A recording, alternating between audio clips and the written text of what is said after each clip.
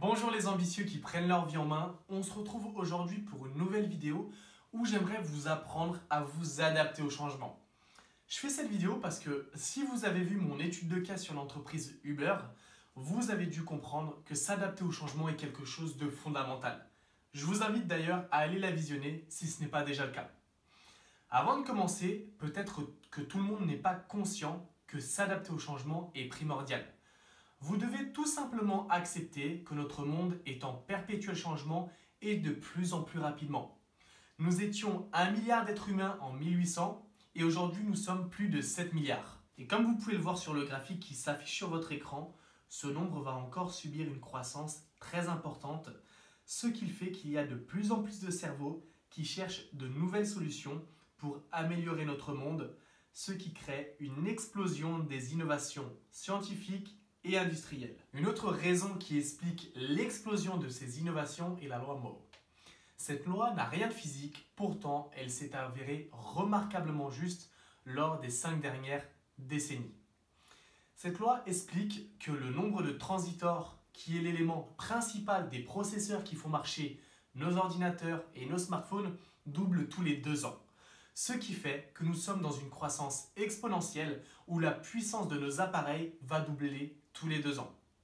Pour vous donner un exemple, si l'on compare le premier ordinateur portable sorti en 1981 et un iPhone d'aujourd'hui, l'iPhone est 250 fois plus rapide, a 8192 fois plus de mémoire, un stockage 93 000 fois plus important, il est 100 fois plus léger et coûte 10 fois moins cher. Même si avec les progrès tels de notre informatique, l'évolution ne double plus tous les 2 ans, mais plutôt tous les 2 ans et demi, nous allons quand même continuer d'avoir une croissance très importante. Maintenant que vous avez compris pourquoi il est primordial de s'adapter au changement, ensemble on va analyser comment s'y préparer et comment s'y adapter. Le premier point qui est plutôt évident est d'accepter le changement. Vous devez accepter que tout va changer. Notre monde est en perpétuel changement et de toute façon, que vous l'acceptiez ou non, cela ne changera rien. Notre monde va continuer de changer. Par exemple, prenez quelques instants pour visualiser tous les appareils électroniques que vous utilisez. Maintenant, fermez les yeux et remémorez-vous tous les appareils électroniques que vous utilisiez il y a 10 ou 20 ans. Ils vous paraissent bien évidemment tous obsolètes. Eh bien, sachez que vous allez avoir la même vision dans 10 ou 20 ans par rapport aux appareils que vous utilisez aujourd'hui. Pour vous donner un autre exemple, on a tous vu ce qui s'est passé entre les taxis et Uber. Les taxis ont tenté de faire barrage à cette start-up, pourtant Uber a quand même réussi à s'implanter dans de nombreux pays. Les taxis ont bien vu le changement arriver, mais ils ont préféré fermer les yeux et continuer dans leur politique de base. Et sachez que ce n'est que le début. Parce que quand des millions de voitures sans chauffeur vont débarquer, ça sera la fin des taxis et ils n'auront aucun moyen de rebondir. C'est justement la deuxième clé pour s'adapter au changement. Vous devez déceler les premiers signes annonciateurs du changement. Sachez que le changement ne nous prend par surprise que lorsque nous refusons de le voir. Il n'arrive jamais du jour au lendemain. Toujours, il y a dans un premier temps des premiers signes qui vont apparaître. La plupart d'entre nous, nous refusons de voir ces premiers signes parce que nous considérons le changement comme un danger et souvent on se dit que si on ne s'adapte pas à ces premiers signes, peut-être qu'ils vont disparaître et que finalement on n'aura pas besoin de changer. Je suis désolé de vous annoncer ça, mais cela ne se passe jamais comme ça. Sachez que plus vous allez déceler ces premiers signes de changement et plus vous allez vous y adapter, plus vous serez en mesure de faire face aux gros changements à venir. Le troisième point rejoint les deux précédents. Dans un premier temps, vous devez donc accepter le changement, puis déceler les premiers signes de changement. Mais il existe un autre point qui va vous permettre de prendre une avance considérable. Comme notre monde est en perpétuelle évolution, pourquoi attendre les premiers signes de changement? Pourquoi ne pas aller à la recherche de ce changement?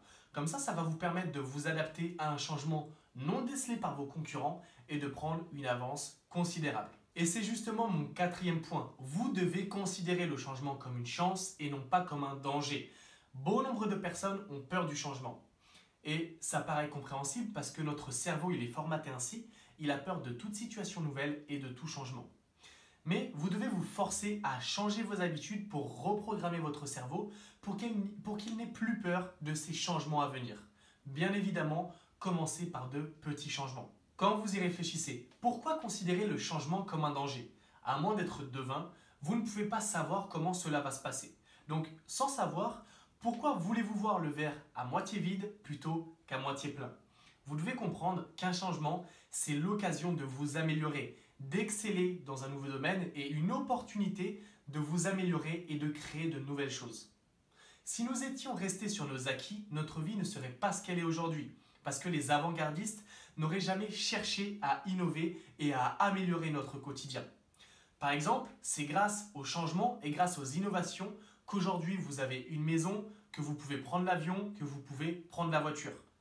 Il y a des décennies, tout ça n'existait pas. Ce sont les hommes qui ont créé toutes ces innovations. Bien sûr, au début, peut-être que ça a effrayé certaines personnes, mais aujourd'hui, des décennies plus tard, tout le monde se rend compte que finalement, c'était de bons changements parce que ça nous permet d'améliorer notre quotidien.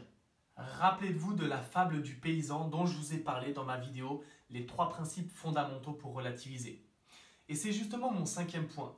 Vous devez saisir cette opportunité. À chaque fois qu'un changement va apparaître, vous aurez l'opportunité de saisir ou non cette opportunité. La plupart des personnes ne vont pas le faire, mais vous devez saisir ces opportunités parce que c'est littéralement des chances qu'on vous offre.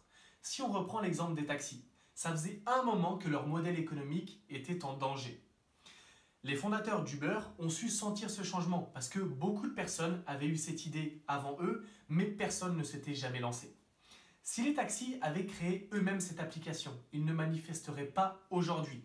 Mais c'est Uber qui s'est lancé et en justement sentant le changement, ils se sont garantis un succès phénoménal. Bien sûr, il ne faudra pas saisir toutes les opportunités. C'est pour ça que je vous invite à lister les opportunités qui s'offrent à vous et ensuite, pour prendre votre décision, restez fidèle à vous-même.